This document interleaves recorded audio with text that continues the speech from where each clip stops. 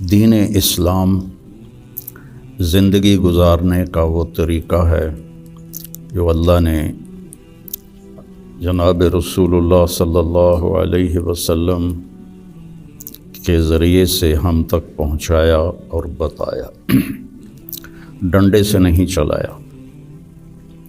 باقی جو جتنی مخلوق ہے ان کو اللہ نے مجبور پیدا کیا ہے۔ آم کے درخت پر اس کی مرضی سے کیلا نہیں لگے گا، آم ہی لگے گا، یہ اس کے لیے پابندی ہے۔ کریلا کڑوا ہوگا، میٹھا نہیں ہوگا۔ بھینس نے دودھ دینا ہی دینا ہے، اس کو اختیار نہیں کہ وہ انکار کر دے۔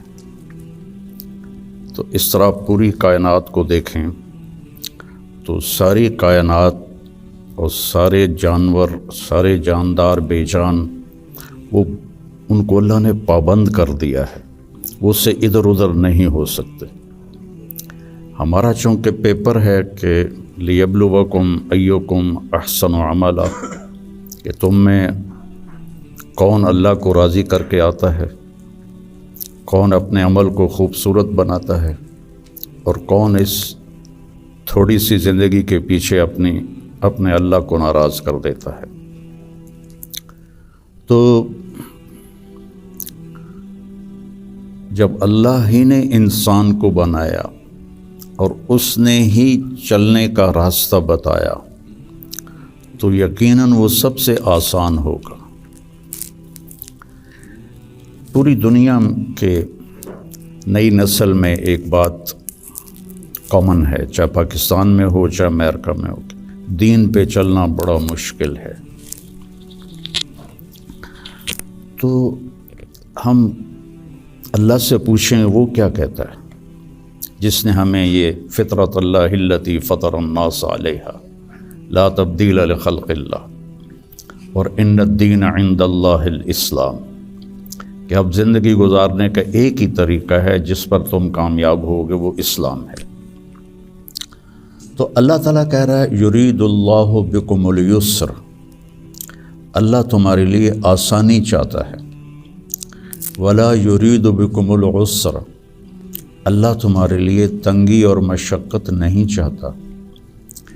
یرید اللہ ان یخفف عنکم، اگر اس راستے پر چلو گے تو اللہ تمہیں ہلکا پھلکا کر دے گا، تمہارے اسٹریس دور کر دے گا، تمہاری یہ جو ایک اینزائٹی اور ڈپریشن کا لفظ پوری دنیا میں چلا ہے، یہ اللہ تمہارے دور کر دے گا اگر تم اسلام پہ چلو گے۔ یرید اللہ ان یخفف عنکم، اینزائٹی ڈپریشن کی دوائیں کیا کرتی ہیں؟ دماغ کو تھوڑا سست کر دیتی ہیں، تو اس کی جو فیلنگز ہیں نیگیٹو وہ ذرا کم ہو جاتی ہیں۔ تو اللہ تعالیٰ فرما رہا ہے میرے راستے پر چلو تو یہ آئیں گی نہیں، تم خوش باش رہو گے، مزے میں رہو گے۔ پھر اللہ تعالیٰ کہتا ہے ما جعل علیکم فی الدین من حرج، میں نے تمہارے دین میں کوئی تنگی رکھی کوئی نہیں۔ بھوک لگی ہو تو روٹی کھانا مشکل کام ہے، کتنا آسان ہے۔ ہاں، اس کے لیے اگر کہیں جانا پڑے تو جانا پڑے گا۔ آپ لوگوں کے کھانے کا کیا باہر انتظام ہے؟ تو آپ لوگ باہر کھانا کھانے جاتے ہیں، یہاں بیٹھے بیٹھے تو نہیں آتا۔ تو اس کے لیے جو انسان تکلیف اٹھاتا ہے وہ اس کو محسوس نہیں ہوتی۔ تو بغیر مقصد کے جب کوئی تکلیف آتی ہے تو وہ محسوس ہوتی ہے۔ یہ میں پورا امریکہ، یورپ، آسٹریلیا، سارے بر اعظم پھرا ہوں۔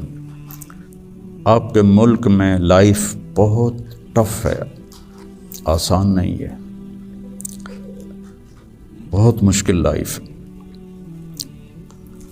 تو اللہ تعالیٰ کہہ رہا ہے تم میرے راستے پر آ جاؤ، ہم تمہاری زندگی کو آسان کر دیں گے، چونکہ اس میں تنگی ہے ہی کوئی نہیں۔ پھر ایک حدیث سناتا ہوں آپ کو، ان اللہ شرع الدین،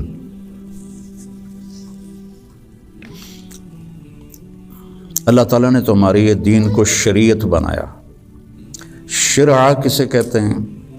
بہتے پانی کو کہتے ہیں۔ بہتا پانی کتنا مفید ہے، کتنی پوری زندگی کا نظام پانی کے اوپر چل رہا ہے۔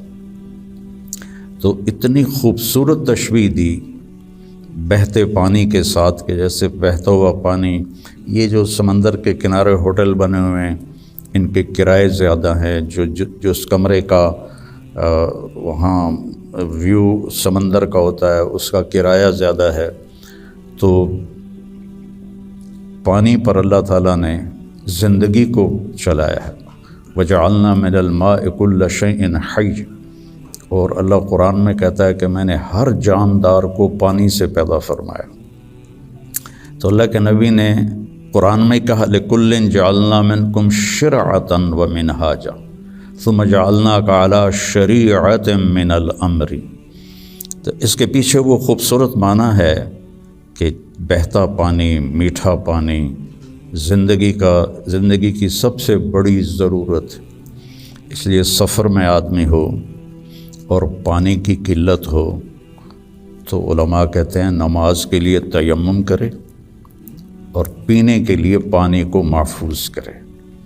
نماز جیسے عمل کے لیے اللہ نے صحابہ یہی کچھ کرتے تھے کہ پانی پینے کے لیے رکھتے تھے اور نماز تیمم سے پڑھتے تھے۔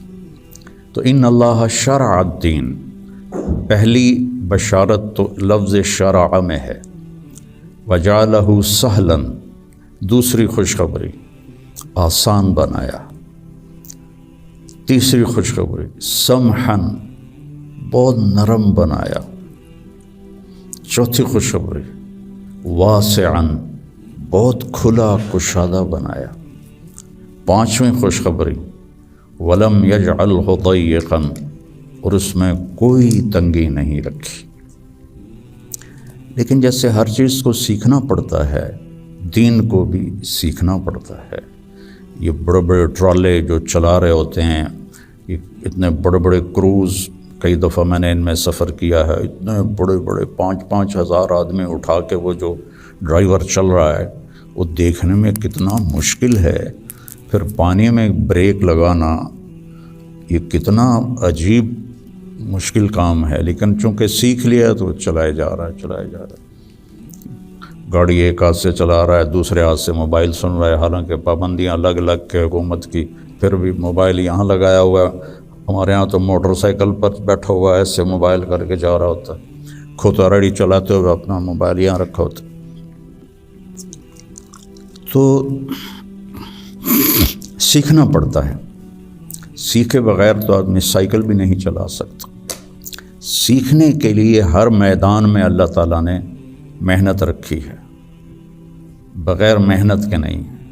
اب چونکہ اس محنت پہ کیا ملے گا وہ نظر نہیں آتا تو مشکل نظر آتا ہے، اور امریکہ میں جاب کرنے میں کیا ملے گا وہ نظر آتا ہے، تو اس کے لیے ایسے روبوٹ کی طرح بھاگ رہے ہیں، روبوٹ کی طرح جاب۔ جو بڑے بڑے کاروباری ہیں وہ بھی مزدور کی طرح کام کرتے ہیں، وہ بھی ایسے فری نہیں ہے کہ بھئی اب میرا بڑا کاروبار ہے میں آرام سے گھر بیٹھوں آدمی رکھ لوں، نہیں۔ تو وہ مشقت اس لیے آسان ہوتی ہے کہ اس کی آؤٹ پٹ نظر آ رہی ہوتی، اور جو دین کے اللہ نے ہم سے ڈیمانڈ رکھی ہے چند ہیں، کوئی بڑی زیادہ نہیں ہے، چند مختصر، ایک لا الہ الا اللہ محمد رسول اللہ کی گواہی، وہ اللہ کا فضل، ہم سارے مسلمان یہ گواہی دیتے ہیں۔ پھر 5 وقت کی نماز ہے، اور سفر میں آپ کے لیے اللہ نے آدھی کر دی ہے، اکٹھی کر دی ہے، ظہر عصر اکٹھی پڑھ لو، مغرب عشاء اکٹھی پڑھ لو، اور رمضان کے روزے ہیں سال کے بعد، حج اور زکوٰۃ پیسے والوں پر ہے، عام لوگوں پر نہیں ہے۔ اور پھر ان میں کوئی کمی کوتاہی ہو جائے تو اللہ نے معافی رکھی ہے، کوئی نماز چھوٹ گئی قضا پڑھ لے، معافی مانگ لے، معاف ہو جائے گا۔ روزہ عذر کے ساتھ چھوڑے تو کوئی گناہ نہیں، بغیر عذر کے چھوڑے تو معافی مانگ لے اور روزہ رکھ لے تو وہ ہو گیا۔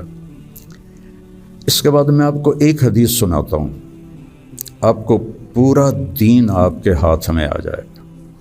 10 لاکھ حدیثیں ہیں، میں ایک حدیث سنانے لگا ہوں، صرف ایک۔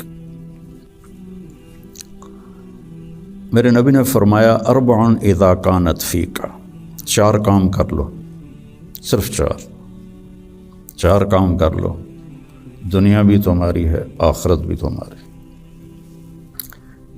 پہلی چیز صدق و حدیث، ہمیشہ سچ بولو، جھوٹ نہ بولو، مذاقاً بھی جھوٹ نہ بولو، سچ بولو۔ دوسری چیز حفظ و امانت، کسی کو دھوکہ نہ دو، کسی کے ساتھ 2 نمبری نہ کرو۔ تیسری چیز حسن و خلیقت، اپنے اخلاق اچھے کرو، اور اچھے اخلاق 2 چیزوں سے قابو میں آتے ہیں، ایک اس زبان پہ قابو ہو، ایک دل کے جذبات پر قابو ہو، دل میں کسی کے لیے نفرت نہ ہو، اور زبان سے کسی کے کو ذلیل کرنے کا بول نہ ہو، غیبت نہ ہو، بہتان نہ ہو، جھوٹ نہ ہو، گالی گلوچ نہ ہو، تو کسی کو دل توڑنے والی گفتگو نہ ہو۔ یہ 2 باتیں کوئی عورت کوئی مرد کر لے تو اس کے تقریباً سارے ہی اخلاق اس کے قابو میں آ جاتے ہیں۔ ابو دجانہ رضی اللہ تعالیٰ عنہ بہت بڑے صحابی ہیں، ان کے اتنے فضائل ہیں، کتابیں بھری پڑی ہیں، لیکن وہ فرماتے تھے کہ میرے بھائیوں، میرے پاس بخشش کا سب سے بڑا جو عمل ہے وہ یہ ہے کہ میں نے اپنی زبان سے کبھی کسی کو دکھ نہیں پہنچایا، اور میرے دل میں کسی کے لیے نفرت کوئی نہیں ہے۔ وہ بدر میں شریک ہوئے، احد میں شریک ہوئے، خندق میں شریک ہوئے، حدیبیہ میں شریک ہوئے، حج میں شریک ہوئے، یمامہ میں شہید ہوئے، اتنی بڑی فضیلتیں، لیکن وہ کہتے ہیں میرے پاس بخشش کا عمل یہ ہے کہ میں نے اپنی زبان سے کبھی کسی کو دکھ نہیں پہنچایا، اور میرے دل میں کسی کے لیے نفرت نہیں ہے۔ یہ فرائض کے بعد اس 2 چیزوں پہ آپ عمل کر لیں تو آپ کے اخلاق بہت عالی ہو جائیں گے۔ اور چوتھی چیز فرمائی عفت فی طعمۃ، کہ رزق حلال کماؤ۔ تو یہ 4 کام ہیں، سچ بولنا، دیانتداری سے کام کرنا، دھوکہ نہ دینا، اخلاق اچھے رکھنا، اور رزق حلال کمانا۔ تو ان 4 کاموں پر جہاں مرضی آپ دنیا میں زندگی گزاریں، آپ کی دنیا بھی بن جائے گی، آپ کی آخرت بھی بن جائے گی۔ یہ تبلیغ میں اس کو سیکھنے کی محنت ہوتی ہے کہ اس میں تھوڑا وقت لگتا رہے تو زندگی کو ایک رخ مل جاتا ہے، عمل کی توفیق مل جاتی ہے۔ نماز